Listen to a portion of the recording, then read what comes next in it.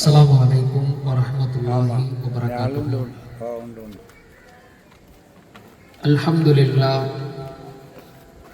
الحمد لله نحمده ونستعينه من يهده الله فلا مضل له ومن يضلله فلا هادي له وأشهد أن لا إله إلا الله وأن محمدا عبده ورسوله أما بعد. பேரன்பிற்குரிய பெரியோர்களே, தாய்மார்களே, சகோதர சகோதரிகளே, தமிழ்நாடு தௌஹீது ஜமாத் குளச்சல் கிளையின் சார்பாக இந்த பகுதியிலே திருமுனை பிரச்சாரம் நடைபெறுகிறது. ஆங்காக இருக்கின்ற சகோதர சகோதரிகள் இந்த மார்க்க உரையினை சிறிது நேரம் செவிதாழ்த்தி கேட்கும்படி உங்களை அன்போடு கேட்டுக்கொள்கிறோம். கண்ணியம் மிகுந்த எல்லாம் வல்ல அல்லாஹுவின் நல்லடியார்களே, அல்லாஹ் ரப்புல் ஆலமீன் மனிதர்களான நமக்கு ஏராளமான பல அருட்கொடைகளை வழங்கியிருக்கிறான். திருமறை குர்ஆனிலே அல்லாஹ் சொல்லுகிற போது வதுகுரு நிஅமத்தல்லாஹி அலைக்கும், நாம் உங்களுக்கு வழங்கியிருக்கிற அருட்கொடைகளை நீங்கள் சிந்தித்து பாருங்கள், உங்களுக்கு நாம் வழங்கியிருக்கிற நிஅமத்துகளை எண்ணி பாருங்கள் என்று அல்லாஹ் தன் திருமறை குர்ஆனிலே சொல்லுகிறான். இன்னும் அல்லாஹ் தனது திருமறையிலே சொல்லுகிற போது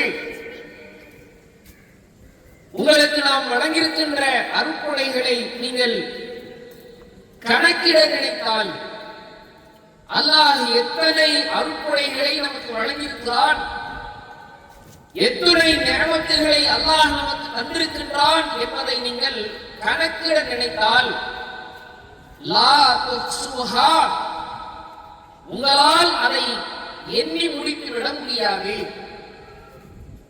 எண்ணிக்கையிலே கணக்கிட முடியாத, வார்த்தைகளில் சொல்லிவிட முடியாத ஏராளமான பல அருட்கொடைகளை நிஅமத்துகளை எல்லாம் அல்லாஹ் நமக்கு வழங்கியிருக்கிறான்.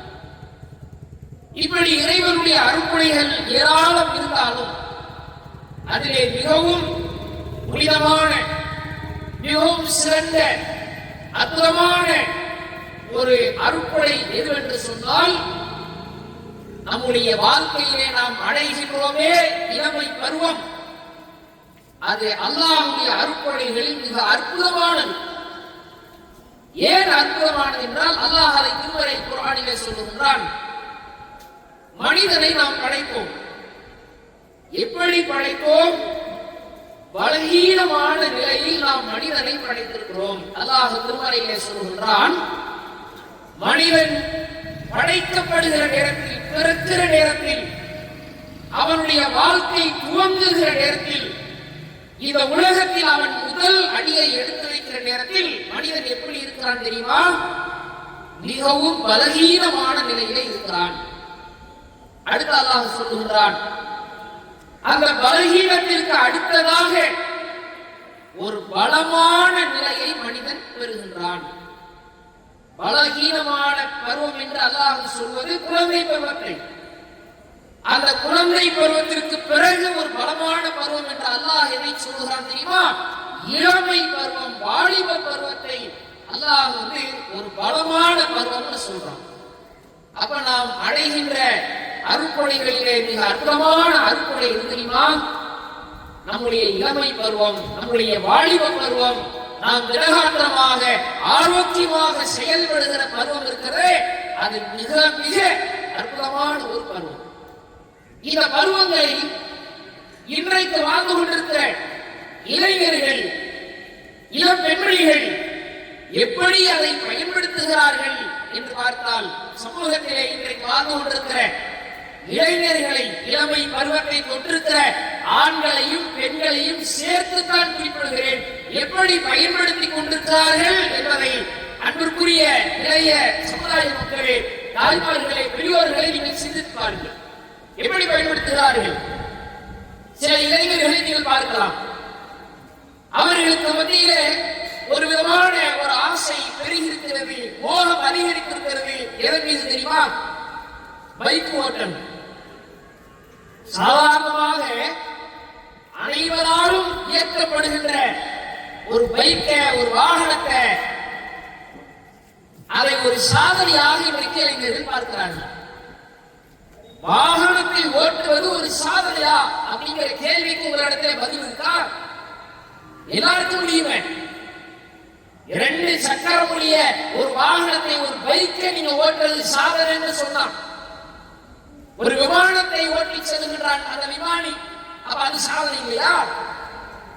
மிகப்பெரிய கனரக வாகனங்களை இயக்குகிறார்கள். பெரிய போக்குவரத்து நெரிசல், பெரிய பெரிய நகரங்களுக்குள்ள பார்த்தா சாதாரண டிராபிக் எல்லாம் கிடையாது, சாதாரண போக்குவரத்து நெரிசல் அல்ல. மிகப்பெரிய ஒரு போக்குவரத்து நெரிசல்களுக்கு மத்தியில ஒரு கனரக வாகனங்களை, அதுக்கு இருக்கும் 25-30 வீடு இருக்கும், டயர் இருக்கும். அவ்வளவு பெரிய வாகனத்தை சர்வசாதாரணமாக இயக்கி செல்கின்றார் ஒரு 50 வயது 60 வயதை தொட்டவர். இது சாதனை இல்லையா? எத்தனையோ இன்றைக்கு பெரும் பெரும் இயந்திரங்கள் இருக்கிறது. பெரிய பெரிய தொழிற்சாலைகள், ஃபேக்டரிகள் பார்த்தா கிரைண்ட் மிஷின்கள் வச்சிருக்காங்க. எத்தனையோ பெரும் பெரும் கருவிகள் இருக்கிறது. அதை இயக்குகின்றார்களே, வயதில் பெரியவர்கள் இயக்குகிறார்கள். அது சாதனை இல்லையா? அவர் சாதாரணமான 2 சக்கர வாகனத்தை ஓட்டிவிட்டு இதை சாதனை என்று நம்புகிறான், நினைக்கின்றான். அது சாதனை ஏன் நம்புறான் அப்படின்னா, யாராலும் செய்ய முடியாத காரியத்தை செஞ்சிட்டோம் சாதனை இல்லை. அங்க என்ன சாதனை நம்புறான் தெரியுமா? நான் விலை உயர்ந்த வாகனத்தை வாங்கிவிட்டேன், தாயை கஷ்டப்படுத்தி, தகப்பனை கஷ்டப்படுத்தி, தகப்பனுடைய அந்த உழைப்பு திரட்டப்பட்ட அந்த பொருளாதாரத்தால் நான் விலை உயர்ந்த ஒரு வாகனத்தின், ஒரு சாதாரணமான ஒரு பைக்கினுடைய விலை எவ்வளவு தெரியுமா? எவ்வளவு ரூபாய்க்கு வாங்குறான் தெரியுமா? லட்சங்களை தாண்டுகிறது. ஒரு கார் வாங்குகிற விலைக்கு ஒரு சாதாரணமான ஒரு பைக், அந்த பைக்கை வாங்கி ஓட்டுறத ஒரு சாதனை என்று நம்புகிறான். அதை கூட சாதாரணமாக இயக்குவதல்ல. யாருக்காக வாகனம்? உன் தகப்பனை அழைத்து செல்வா? உன்னை பெற்றெடுத்தாலே தாய், 10 மாதம் கருவிலே சுமந்தாரே, நெஞ்சிலே சுமந்தாரே, இரவெல்லாம் கண்முழிக்கு விழிக்கு உன்னை பாதுகாத்தாரே, அந்த தாயை அழைத்து செல்வதற்கா? தகப்பனை அழைத்து செல்லவில்லை, தாயை அழைத்து செல்லவில்லை, உடன் பிறந்தவனை அழைத்து செல்லவில்லை, உறவுக்காரனை அழைத்து செல்லவில்லை, யாருக்கும் எந்த உதவியும் செய்யவில்லை. வேறு எதற்கு வாகனம்? ஆசை மட்டும்தான். விலை உயர்ந்த வாகனத்தை வாங்கணும், அது அதிவேகமா ஓட்டணும். இதை தவிர வேறு எதற்காக இளைஞர்கள் தன் வாழ்வை பயன்படுத்துகிறார்கள்? இந்த கேள்வி பதில் சொல்லுவாங்க. இப்படித்தான் இன்றைக்கு சமூகத்தில் ஏராளமான இளைஞர்களை பார்க்கிறோம். எவ்வளவு அக்கிரமம், எவ்வளவு அநியாயம்! சாலைகளிலே நிம்மதியாக பயணிக்க முடிகிறதா? ஒரு அப்பாவி ஓரமா நடந்து போறான், யாரும் எந்த பிரச்சனைக்கு போகாதவன், குடிவாதகம் இல்லை, சாலைகளை எந்த அலம்பலும் பண்ணல, பிரச்சனைகள் பண்ணல, அவர் பாட்டு சாலைகள் ஓரமா நடந்து போயிட்டு இருக்கிறாரு. இவன் ஓட்டி சென்ற இந்த வாகனத்தின் அதிவேகம் அப்பாவி ஒருவரை அடித்து சாகடிக்கிறது. இது சாதனை அவனுக்கு. அப்போ வாகனத்தை அதிகமாக சாலை விபத்துக்கள் நடப்பதை இன்றைக்கு பார்க்கிறோமே. ஒவ்வொரு ஆண்டும் நீங்கள் பாருங்கள், தமிழக போக்குவரத்து துறையின் சார்பில் ஒரு பட்டியலை வெளியிடுவாங்க வருஷா வருஷம். இந்த ஆண்டில் நடைபெற்ற சாலை விபத்துக்கள் அப்படின்னு. சாலை விபத்துகளில் அதிகமாக மரணித்தவர்களின் வயதை நீங்கள் எடுத்து பாருங்கள். 70 வயசு 80 வயசு ஆகுதா?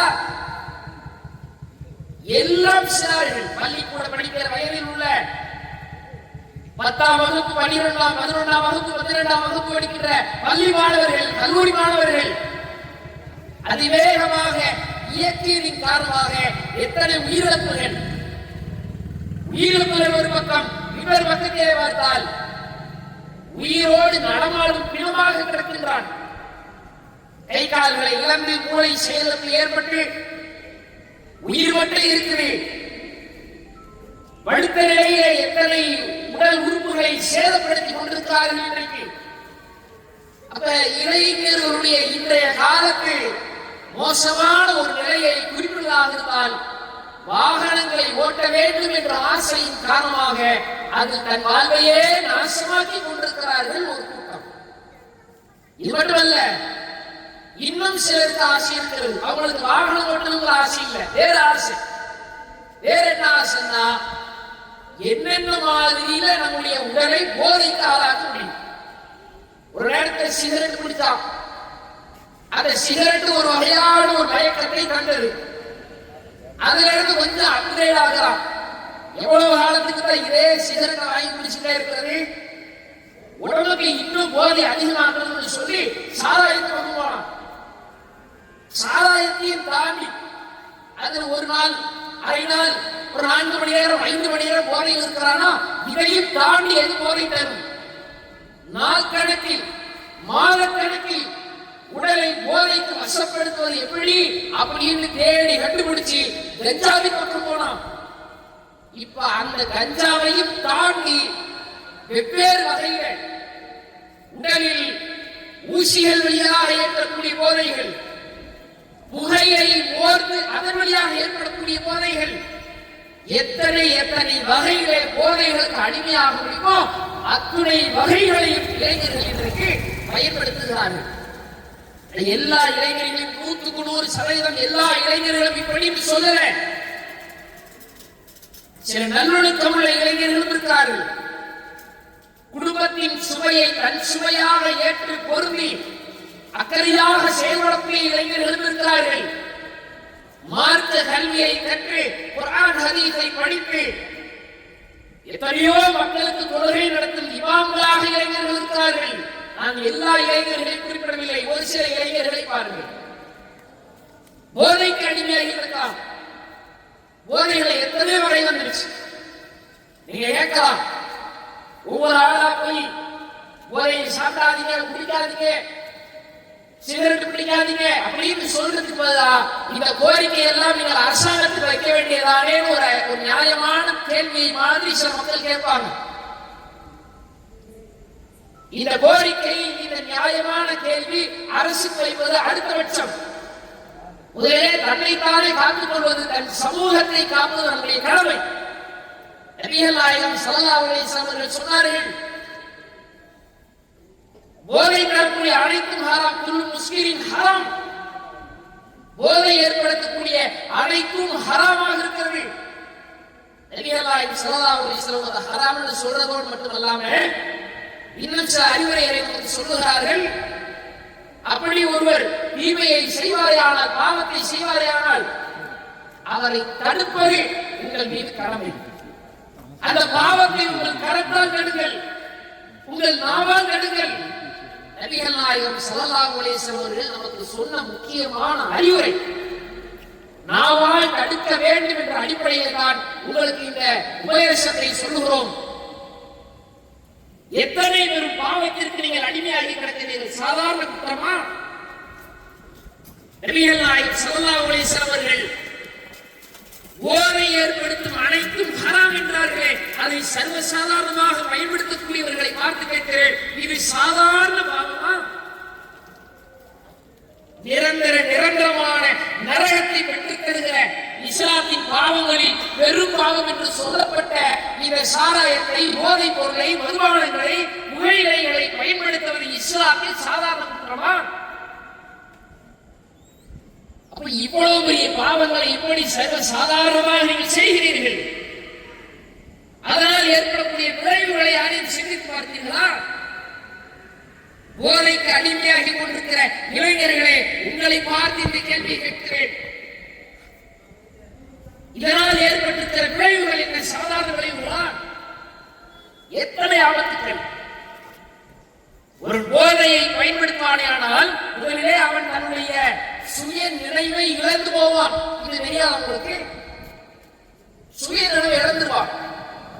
நான் யாரு, எங்க இருக்கிறோம், என்ன செய்யறோம், என்ன பேசுறோம், யாரோடு பேசுகிறோம் என்பது கூட தெரியாத ஒரு சுய நிறைவை அற்றவனாக இளைஞன் மாறி போகிறானே.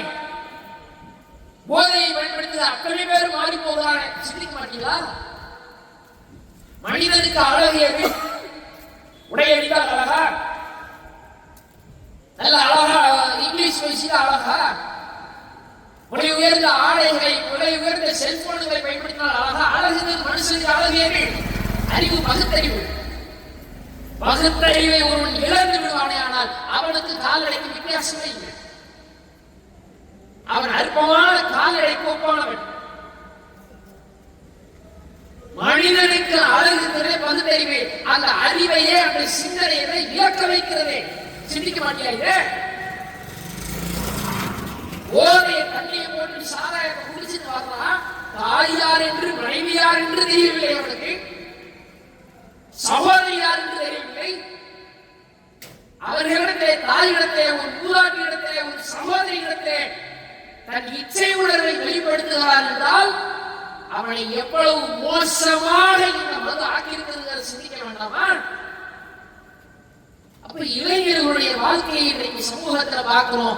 ஒரு பக்கத்தில் ஒருவன் பைக்குக்கு அடிமையாகி ரேசுங்கிற பேர்ல உயிரை இழக்கிறான், நடைமுறையாக மாறுகிறான் என்றால், இன்னொரு பக்கத்தில் பார்க்கும்போது இளைஞர்கள் போதை பொருளுக்கெல்லாம் அடிமையாகி கொண்டிருக்கிறார்கள். இது மட்டும் இளைஞர்களை சீரழிக்கவில்லை, இன்னும் சமூகத்திலே இளைஞர்களின் சீரழிப்பு மிக முக்கியமாக பங்காற்றிக் கொண்டிருப்பது எது தெரியுமா? செல்போன். செல்போனே கூடாது அப்படின்னு சொல்லல. செல்போனால் பல நன்மைகள் இருக்கு. எவ்வளவோ தொலை தொடர்பில் உள்ளவர்களை மிக குறைவான நேரத்தில் தொடர்பு கொள்வதற்கு, பல தகவல் பரிமாற்றத்திற்கு, கல்வி அறிவை வளர்ப்பதற்கு, அறிவியல் ஆராய்ச்சிகளை கண்டுபிடிப்பதற்கெல்லாம் செல்போன் முக்கியமான ஒரு பங்கு வகித்திருக்கிறது. அதில் எங்களுக்கு எந்த மாற்று கருத்தும் இல்லை. அது கூடவே கூடாது நாங்கள் பிரச்சாரம் பண்ணல. அன்புக்குரிய இளைய சமுதாயத்தை நாங்கள் அப்படி செய்ய வேண்டாம் என்று இருக்கிற சொல்லும் வார்த்தையை கவனிங்கள். செல்போனால் ஏற்படும் கேடுகள் என்ன? நீங்கள் செல்போனுக்கு எப்படி அடிமையாக இருக்கிறீர்கள்? எல்லா சோசியல் மீடியா 24 மணி நேரம் ரோட்ல நடக்கலாம். தலை நிமிர்ந்து நடந்த ஒரு காலம் மாறி எல்லாரும் தலை முடிஞ்சு நடக்கலாம். என்ன ரோட்ல போனாலும் சரி, ஹோட்டல்ல சாப்பிட்டாலும், வீட்டுல சாப்பிட்டாலும், இல்ல நண்பர்களோடு உட்கார்ந்து பேசினாலும், பேருந்தில் பயணித்தாலும், ரயிலில் பயணித்தாலும், பயணமோ சாப்பாடோ அல்லது ரோட்டில் நடந்து செல்வதோ, வாகனத்தில் பயணிப்பதோ அல்லது உறங்கும் நேரத்திலோ, எல்லா நேரத்திலும் செல்போன். பாத்ரூம் உட்பட ஒன்றுக்கோ ரெண்டுக்கோ பாத்ரூம் போறான்னா அங்க வரைக்கும் செல்போன் போகுது. சில 5 ஸ்டார் ஹோட்டல்கள் இப்படி சொல்லி விளம்பரமே பண்றாங்க. எங்க ஹோட்டல்ல ஃப்ரீ வைஃபை, நீ எங்க போனாலும் சிக்னல் கிடைக்கும், நீ எங்கனாலும் யூஸ் பண்ணிக்கலாம். இதெல்லாம் ஒரு பெரிய சாதனையாக சிலர் நினைக்கிறார்கள். ஆனால் ஏற்பட்டிருக்கும் ஆபத்துகள் என்ன? எத்தனை சாதாரண வாகனத்தை பைக்ல போறாங்க, கார்ல போறாங்க, வாகன ஓட்டிகளா கவனமா இருக்கிறாங்களோ அப்ப கூட செல்போன் பாட்டு கேட்டுக்கணும், இல்ல அங்கேயும் ஏதாவது செல்வேன் பேசிட்டே போகணும். செல்போனை 24 மணி நேரமும் பயன்படுத்திக் கொண்டிருக்கிறார்கள். அந்த பயன்பாடாவது பிரயோஜனமா இருக்கா? பயன்படுத்த வேண்டாம் சொல்லலையே, அந்த பயன்பாடை பயனுள்ளதாக மாற்றுங்கள். சோசியல் மீடியா என்னென்னலாம் இருக்கும் எல்லாத்துலயும் அக்கௌண்ட் வச்சிருக்கோம். பேங்க்லயே ஒரு அக்கௌண்ட் தான் இருக்கும். அதுவும் நம்ம மொழிக்கு சொல்லாருங்கிற ஒரு காரணத்துக்காக வேண்டி வேற வழியே இல்லை அப்படின்னு போய் அக்கௌண்ட் திறந்து ஓபன் பண்ணி வச்சிருப்போம். ஒரு அன்னைக்கு 500 ரூபாய் போட்டதோடு சரி. பேங்க்ல கூட ஒரு அக்கௌண்ட் தான் இருக்கும். சோசியல் மீடியால எல்லாத்தையும் அக்கௌண்ட். பேஸ்புக்லயா அபிஷியல் அக்கௌண்ட் ஒன்று இருக்கும், ஃபேக் அக்கௌண்ட் ஒன்று இருக்கும். வாட்ஸ்அப்ல 1-2 அக்கௌண்ட், சாதா அக்கௌண்ட் ஒன்று இருக்கும், பிசினஸ் அக்கௌண்ட் ஒன்று இருக்கும். எந்த சோசியல் மீடியாவை நீங்க எடுத்துட்டாலும் சரி, எல்லாத்தையும் ஒண்ணு அபிஷியல், ஒன்று ஃபேக். எதுக்கு இந்த மாதிரியான சோசியல் மீடியா அக்கௌண்ட் வச்சு என்ன செய்ய போறேன் அப்படின்னு கேட்டா, அதை கொண்டு என்னை நான் போட்டோ எடுப்பேன், அதை விதவிதமாக மாற்றுவேன், அதை போஸ்ட் போட்டு லைக் கமெண்ட் ஷேர் இதெல்லாம் நான் எதிர்பார்க்கிறேன். இதுதான் இன்றைக்கு நிறைய இளைஞர்களின் இளப்பெண்களின் தீராத ஆசை. இதுக்கு முன்னால் நான் சொன்ன 2 பைக் ஓட்டணும்னு ஆசைப்படுறான், போதைக்கு அடிமையாகணும், இந்த போதையிலிருந்து கூட மீட்டுடலாம். ஆனால் மீட்டெடுக்கவே முடியாத ஒரு போதை, ஒரு ஆபத்து எது தெரியுமா? இந்த செல்போன்ல சோசியல் மீடியால போய் விழுறாங்க.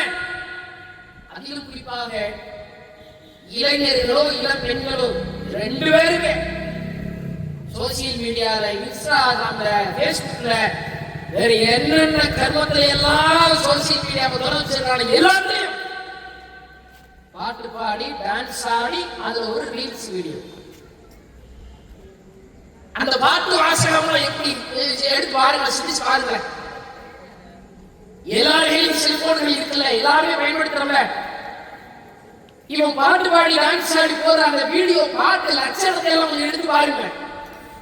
எதையாவது உருப்படியா இருக்கு நினைக்கிறீங்க? எதாவது நல்ல அர்த்தமுள்ள வரிகளா இருக்கு நினைக்கிறீங்க?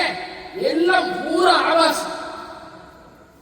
ஆபாச வார்த்தைகள் எல்லாம் பாட்டு பாடல்களிலேயோ படங்களிலேயோ வந்தால் கூட அதை ஒரு நேரத்தில் கண்டு காணாமல் கடந்து சென்ற இந்த சமூகம், இந்த மனித கலாச்சாரம் இன்னைக்கு எப்படி மாறிடுச்சு தெரியுமா? ரொம்ப சாதாரணம். ஒரு குடும்ப பெண்மணி, எவ்வளவு இளைஞர்களையே குறிப்பிட்டு பேசுறேன்னா, ஒரு குடும்ப பெண்மணி அவரும் அவருடைய கணவனும் சேர்ந்து ரீல்ஸ் வீடியோ போடுறாங்க. அவர்கள் தனிமையில் என்னெல்லாம் செய்வார்களோ அது வீடியோ. கட்டிய அடைப்பது, முத்தமிடுவது, ஒருவருக்கு ஒருவர் அன்பை பரிமாறுங்கிற பேர்ல வீட்டுக்குள்ள தனியா என்ன செய்வானோ அது வெளி. இது யாராவது செய்வாங்களா? இப்படி செய்வாங்களா?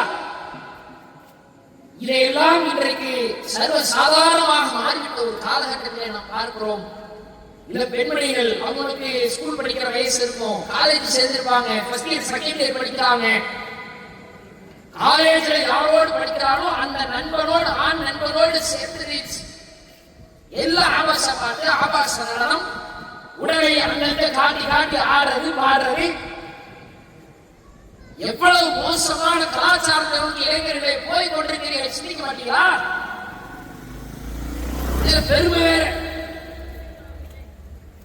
எனக்கு பின்னால எத்தனை ஃபாலோவர்ஸ் இருக்கிறாங்க தெரியுமா அப்படின்னு பெருமை. ஒரு நேரத்துல ஒரு பெண்மணி தன்னை ஒருவன் ஃபாலோ செய்கிறா அப்படின்னா பயந்தான்.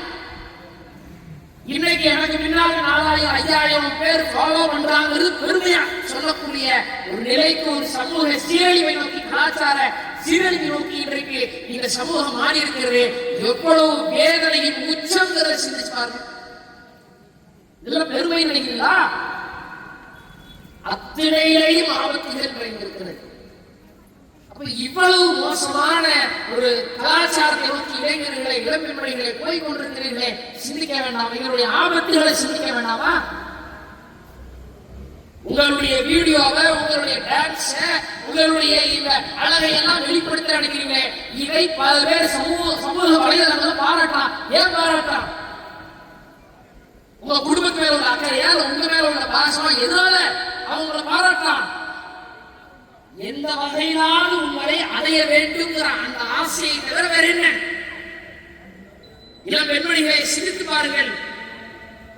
ஒரு டான்ஸ் ஆடி அந்த போஸ்டே நீங்க போட்டா 1000 பேர், 2000 பேர், 1,00,000 பேர் பார்க்கலாம், நீங்க பெருமை வர்றீங்க.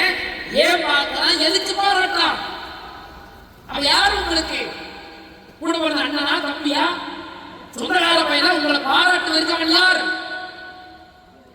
எப்படியாவது ஒரு வகையில உங்களை அடைய வேண்டும் அந்த ஆசையை, அந்த காம உணர்வை தவிர வேற எதுவுமே கிடையாது.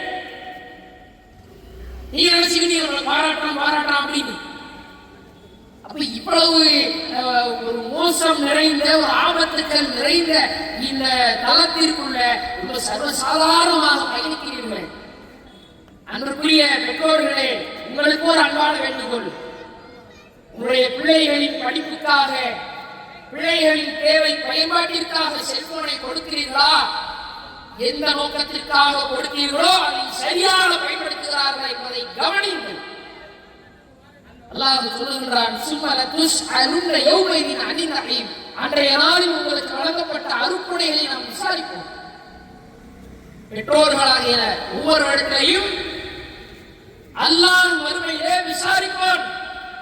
உன் பிள்ளையை நீ எப்படி வளர்த்த, என்ன சொல்லி வளர்த்த, என்னென்ன பொறுப்புகளை கொடுத்த, எப்படி கட்டுப்பாடா வளர்த்த, நல்லா மறுமையில கேள்விங்கப்பா. செல்போனை கொடுத்துட்டோம் அப்படிங்கிறதோட பிள்ளைகளை கவனிக்காமல் விட்டு விடுகின்ற பெற்றோர்களே, அல்லாஹ்விடத்திலே இதற்காக நீங்கள் பதில் சொல்லியே ஆக வேண்டும் என்பதை தயவு செய்து மறந்து விடாதீர்கள். எந்த நிலையில வாழ்றீங்க?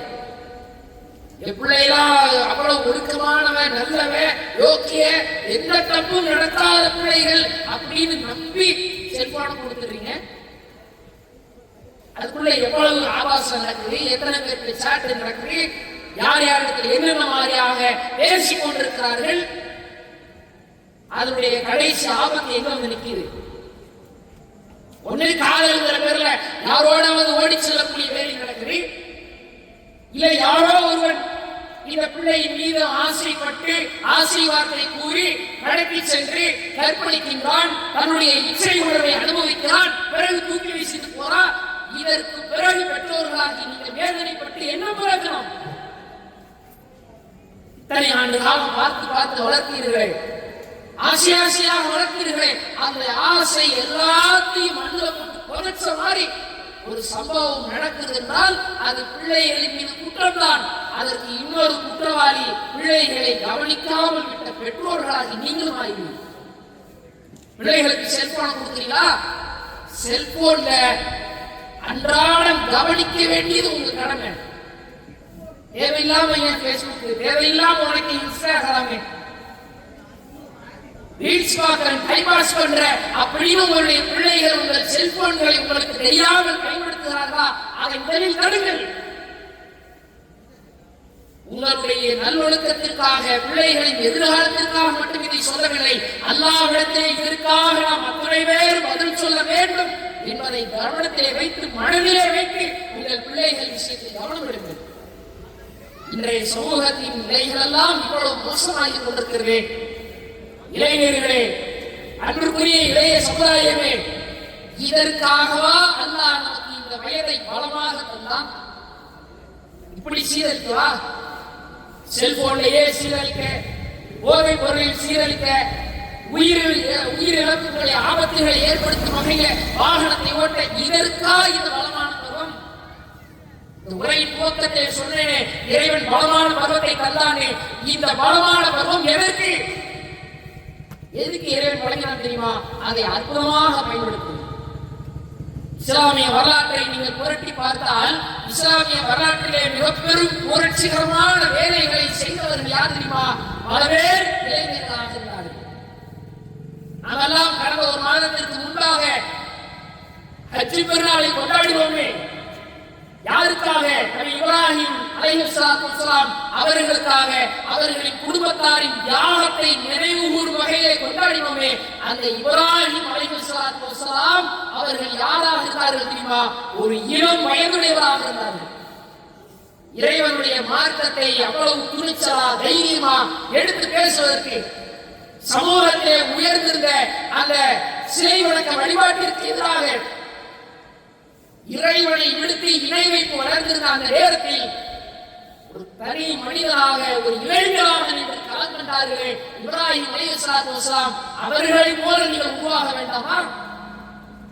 அவருடைய மகன் இஸ்மாயில் அலைஹிஸ்ஸலாத்து வஸ்ஸலாம் இறைவனுடைய கட்டளைக்கு செவிதாய்த்து தன்னை அறுக்கும் வேளையில் கூட அல்லாஹ்விற்கு கட்டுப்பட்டு தன்னுடைய வார்த்தையில் உண்மையாளராக நின்றார்களே, கொடுத்த வாக்குறுதியை காத்தார்களே, இறைவனின் சொல்லுக்கு அடிபணிந்தார்களே, இறைவனின் வழியில் சென்றார்களே. அப்படிப்பட்ட இஸ்மாயில் நபியை போன்று வர வேண்டாமா?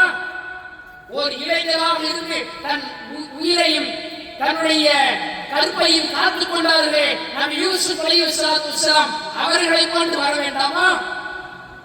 எத்தனையோ இளைஞர்கள் இஸ்லாமிய வரலாற்றில் புரட்சிகரமான வேலையை தந்த நபிமார்களில் சில பேர் இளைஞர்களாக இருந்தார்கள். நபிமார்களில் மட்டுமல்ல, நபி தோழர்களின் வாழ்க்கையை நீங்கள் பார்த்தால் கூட எத்தனையோ இஸ்லாமிய யுத்த களங்களில் மிகப்பெரிய சாதனைகளை, போர் அந்த வீரங்களோடு எதிராளிகளை கொண்டாடியவர்கள் இளைஞர்களாக இருந்தார்கள். அப்படிப்பட்ட சமூகத்திலே வந்த இன்றைய காலத்தில் இளைய சமுதாயமே நீங்கள் எப்படி தன்னுடைய வாழ்க்கையை சீரழிக்கிறீர்கள் என்பதை சிந்தித்து பாருங்கள். நம்முடைய அற்புதமான பருவம் இளமை பருவங்கிறது 60 வருஷம் 70 வருஷம் நீடிக்கிற ஒரு பருவம் அல்ல. ஒரு குறிப்பிட்ட காலத்தில் இளமை பருவத்தை அடைய முடியும். அதுவும் இன்னைக்கு இருக்கின்ற கால சூழலில் பார்த்தால் இளமை பருவம் குறைஞ்சி போச்சு. ஒரு 45-50 வருஷத்துக்கு முன்னாடி உள்ள இளைஞர்கள் எடுத்து பாருங்க. அவரு 20 வயசுல இளைஞரா இருக்கிறாருன்னா 50 வயசு வரைக்கும் இளமையா இருந்தாரு. அவருடைய தலைமுடி நிறைக்கல, நாடி நரம்புகள் கலந்து போகல, கண் பார்வை குறை இல்ல, காது கேட்கறதுல குறை இல்ல, நடந்து போற அந்த குறை இல்ல. ஒரு 50 வருஷத்துக்கு முன்னால எடுத்து பார்த்தா 20 வயசு இளைஞர் 50 வயசு வரைக்கும் இளைஞனாவே இருந்தாரு. 60 வயசு வரைக்கும் இளைஞனாவே இருந்தாரு. இன்றைக்கு இருக்கிற காலகட்டத்தில் இளமை பருவம் குறைஞ்சு போச்சு. 20 இளமை பருவம் தொட்டு 30 வரத்துக்குள்ள 30 வகையான நோய் வருது. சாப்பிட்டா கொலஸ்ட்ரால், இதை சாப்பிட்டா சுகர், அதை சாப்பிட்டா பிரஷர், அப்படின்னா பிபிங்கிறா, என்ன வகையான நோய்கள் எல்லாம் இன்னைக்கு உருவாயிடுச்சு. இளமை பருவத்தை தாண்டதெல்லாம் ரொம்ப கஷ்டம். குழந்தையிலிருந்து நேரடியா முதுமை பருவம் வந்துடும் போல அப்படியெல்லாம் இளமை பருவம் குறைந்து கொண்டிருக்கிறது. நம்முடைய உணவில் ஆரோக்கியம் இல்லை, சுவாசிக்கின்ற காற்றில் ஆரோக்கியம் இல்லை. அப்படி ஒரு காலத்தில் தான் வாழ்ந்து கொண்டிருக்கிறோம். ஒரு குறைந்த வயது ஒரு காலத்தில் தான் இளமை நமக்கு கிடைக்கிறது. அதை அற்புதமாக கிடைக்கிற இந்த இளமையை வீணாக்குகிறார்கள். போதைக்கு அடிமையாக வீணாக்காதீர்கள், செல்போனுக்கு அடிமையாக வீணாக்காதீர்கள், ஆபாசத்துக்கு அடிமையாக வீணாக்காதீர்கள், காதலின் பெயரால் சீரழியாதீர்கள். உங்களுடைய திருமணத்தின் ஆசையை பெற்றோர்களிடத்துல சொல்லுங்க. உங்களுடைய திருமண வயசு வந்து திருமணம் பண்ணி வைக்க மாட்டாங்களா? நடக்காத காரியமா? அதற்கு முன்பாகவே இன்றைக்கு நடந்து கொண்டிருக்கிற கற்பழிப்பு சம்பவங்கள், கள்ளக்காதல் சம்பவங்கள், திருட்டு பெற்றோரை மறுத்து ஓடி செல்லக்கூடிய சம்பவங்கள் நடக்குது. எந்த வயசுல பாருங்க. போதா குறைக்கு நம்ம நாட்டில் லட்சணம் வேற அப்படி இருக்குது. நீதிமன்றமே ஒரு தீர்ப்பு கொடுக்குது. கள்ளக்காதல் ஒன்றும் குற்றம் இல்லை. 18 வயதிற்கு குறைந்த ஒரு பெண் ஒருவனை காதலிக்கு ஓடி செல்வாரே, ஆனால் அதை குற்றம்னு சொல்ல முடியாது. வேற எதைத்தான் குற்றம்னு சொல்வான் தெரியல. 18 வயசுக்கு 18 வயதுக்கு உள்ளான ஒரு பிள்ளையை, ஒரு 16-17 வயதுடைய பிள்ளையை ஒரு பெற்றோர் திருமணம் முடிச்சு கொடுக்க வைக்கிறாங்கன்னா அது மட்டும்தான் குற்றம். நல்ல வகையில ஒரு மணமகனை பார்த்து அந்த பெண்ணுக்கு திருமணம் செஞ்சு வைக்கிறாங்கன்னா இது நாட்டுல குற்றமா? காதல்ங்கிற பேர்ல ஓடி போனாலும் குற்றம் இல்லை, கணவனுக்கு துரோகம் செஞ்சு கலகாதல் பண்ணாலும் குற்றம் இல்லைங்கிற ஒரு மோசமான சட்டங்கள் உருவாக்கி வைக்கப்பட்டிருக்க ஒரு நாட்டில் வாழ்றோம். நம்மளை நாம தான் காப்பாற்றணும். யாரோ வானத்தை குதிச்சு வந்து உங்களை என்னை காப்பாற்றுவான்னு தயவு செஞ்சு நினைக்காதீங்க. உங்க வயசை, உங்க கருத்தை, உங்க குடும்பத்தை, உங்க பொருளாதாரத்தை நீங்க காப்பாற்றிக்கீங்க. சைத்தான் எப்படி வேண்டுமானாலும் நம்ம இடத்துல வருவான். நபிகள் ஸல்லல்லாஹு அலைஹி வஸல்லம் சொன்னார்கள், சைத்தான் உங்களிடத்திலே வருவான், பல கெட்ட எண்ணங்களை ஏற்படுத்துவான். அவரிடத்தை பாதுகாப்பாக இருந்து கொள்ளுங்கள் என்ற இந்த அறிவுரையை நபிகள் எத்தனை முறை சொல்லியிருக்கிறார்கள், எத்தனை இடங்களில் சொல்லியிருக்கிறார்கள். அன்பிற்குரிய சகோதர சகோதரிகளே, இந்த இளமை பருவத்தை வீணாக்கி விடாமல் அதை அற்புதமாக பயன்படுத்தி நம் வாழ்க்கையில் பல முன்னேற்றங்களுக்கு இதை பயன்படுத்துவோம், இந்த இளமை பருவத்தை பயன்படுத்துவோம் என்பதை உங்களிடத்தில் அன்போடு கேட்டுக் கொள்கிறேன். இன்னொன்று, உங்களின் பெற்றோர்களை நீங்கள் போகினை செய்யாதீர்கள். உங்களுடைய ஆசைகள் தீரணுங்கிறதுக்காக நீங்க ஏதோ உங்க இஷ்டத்தில் நடக்கிறீங்க. அதனால் பாதிக்கப்படுவது யார்? எத்தனை பெற்றோர்கள் மனமுடைந்து போய் நொந்து போய் கவலையின் உச்சத்திலே தற்கொலை போய் முடியறாங்க தெரியுமா? உங்களை பெற்றெடுத்து வளர்த்து ஆளாக்கிய இந்த தாய் தகப்பன்கள் நீங்கள் செய்கின்ற இந்த மோசமான காரியத்தால் பிள்ளையை திருத்தவே முடியல, அவன் கெட்டு நாசமா போறான், சமுதாயத்தில் பெரிய ஒரு தலைமுறையை ஏற்படுத்தி தரா அப்படிங்கிற அந்த துக்கம் தாங்க முடியாமல் எத்தனையோ தாய் தகப்பன் தற்கொலையை போய் முடியறாங்க. இந்த நிலைகளுக்கு நாம் ஆளாகிவிடக் கூடாது, நம்முடைய குடும்பம் ஆளாகிவிடக் கூடாது என்றால் உங்களுடைய வாழ்வை நீங்கள் சீரழித்துக் கொள்ளாமல் அதை பக்குவமாக கவனமாக இந்த இளமை பருவத்தை பயன்படுத்த வேண்டும் என்று அன்போடு கேட்டுக்கொண்டு இந்த உரையை நிறைவு செய்து கொள்கின்றேன். வாஹிர் ரவானா அல்ஹம்துலில்லாஹி ரப்பில் ஆலமீன். அஸ்ஸலாமு அலைக்கும் வரஹ்மத்துல்லாஹி வபரகாத்துஹு.